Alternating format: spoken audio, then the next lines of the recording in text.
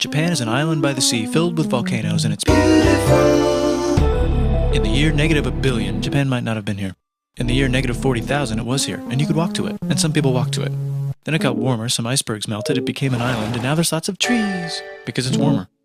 So now there's people on the island, they're basically sort of hanging out in between the mountains, eating nuts off trees, and using the latest technology, like stones and bowls. Ding dong, it's the outside world, and they have technology from the future, like really good metal and crazy rice farms.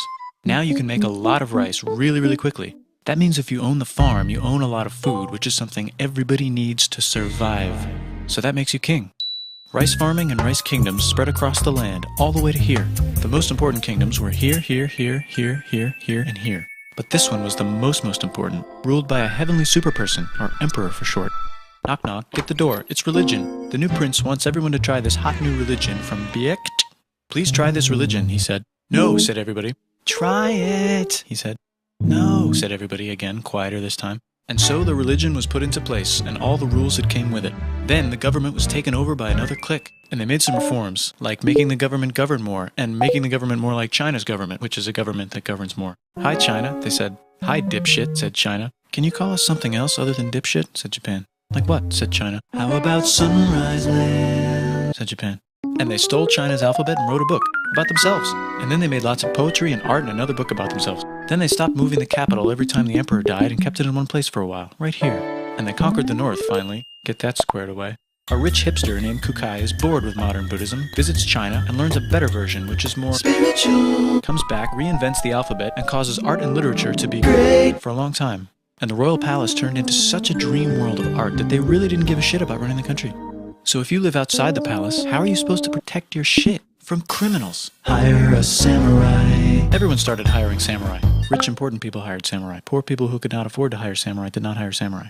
The samurai became organized and powerful, more powerful than the government. So they made their own military government, here. They let the emperor still be emperor, but the shogun is actually in control. Breaking news, the Mongols have invaded China. We've invaded China, said the Mongols. Please respect us, or else we might invade you as well. Okay, said Japan. So the Mongols came over, ready for war, and died in a tornado. But they tried again, and had a nice time fighting with the Japanese, but then died in a tornado.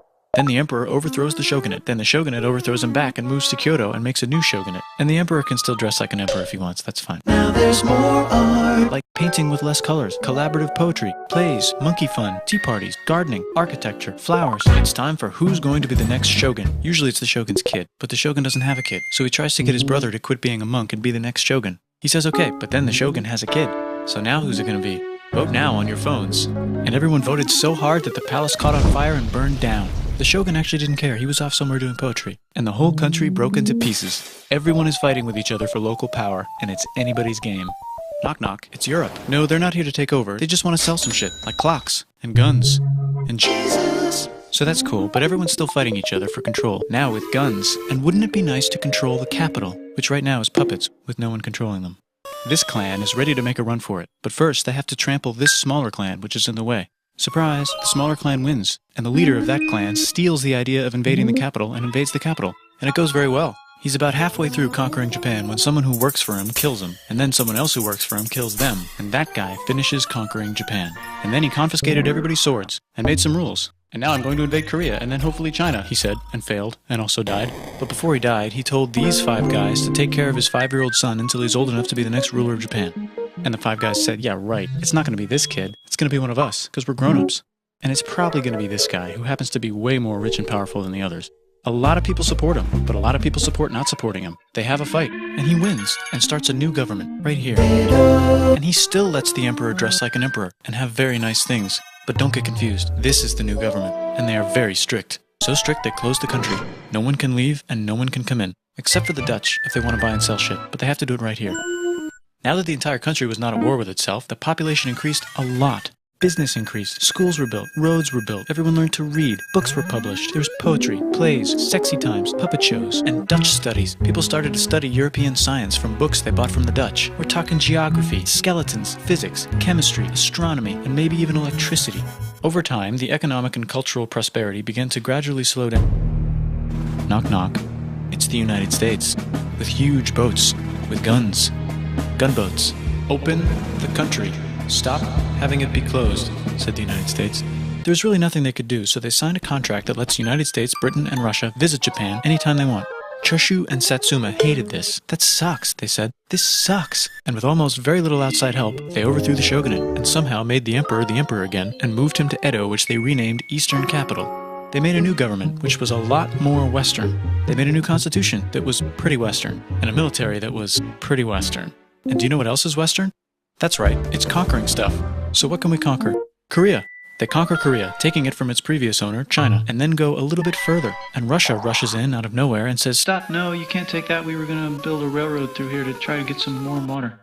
And Russia builds their railroad, supervised by a shit ton of soldiers. And then when the railroad was done, they downgraded to a fuck ton. Did I say downgrade? I meant upgrade. And Japan says, "Can you maybe chill?" And Russia says, "How about maybe you chill?" Japan is kind of scared of Russia. You'll never guess who's also kind of scared of Russia.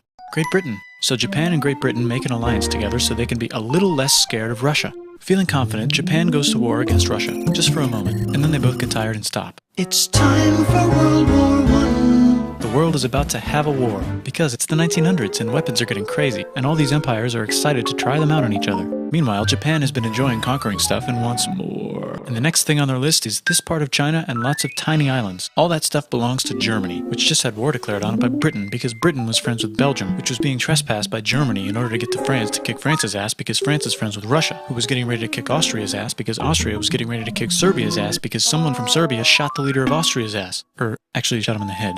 And Britain is currently friends with Japan, so you know what that means. Duh. Japan should take the islands. Which they wanted to do anyway, so they called Britain on the telly to sort of let them know. And then they did it. And they also helped Britain a little here and there with some errands and stuff. Now the war is over, and congratulations, Japan, you technically fought in the war, which means you get to sit at the negotiating table with the big dudes, where they decided who owns what. And yes, Japan gets to keep all that shit they stole from Germany. You also get to join the post-war mega alliance, The League of Nations, whose mission statement is to try not to take over the world.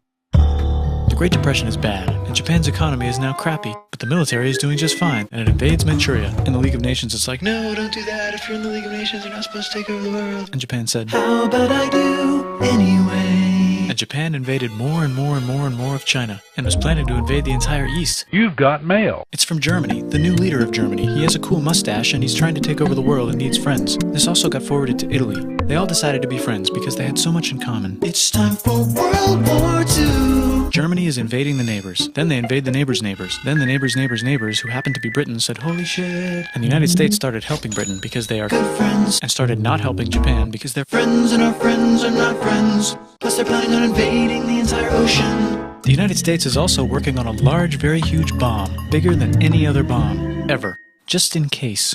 But they still haven't joined the war. War looks bad on TV, and the United States is really starting to care about their image. But then Japan spits on them in Hawaii and challenges them to war, and they say yes. And then Germany, as a symbol of friendship, declares war on the United States also. So the United States goes to war in Europe, and they help the gang chase Germany back into Germany, and they also start chasing Japan back into Japan. And they haven't used the bomb yet, and are curious to see if it works, so they drop it on Japan. They actually drop two.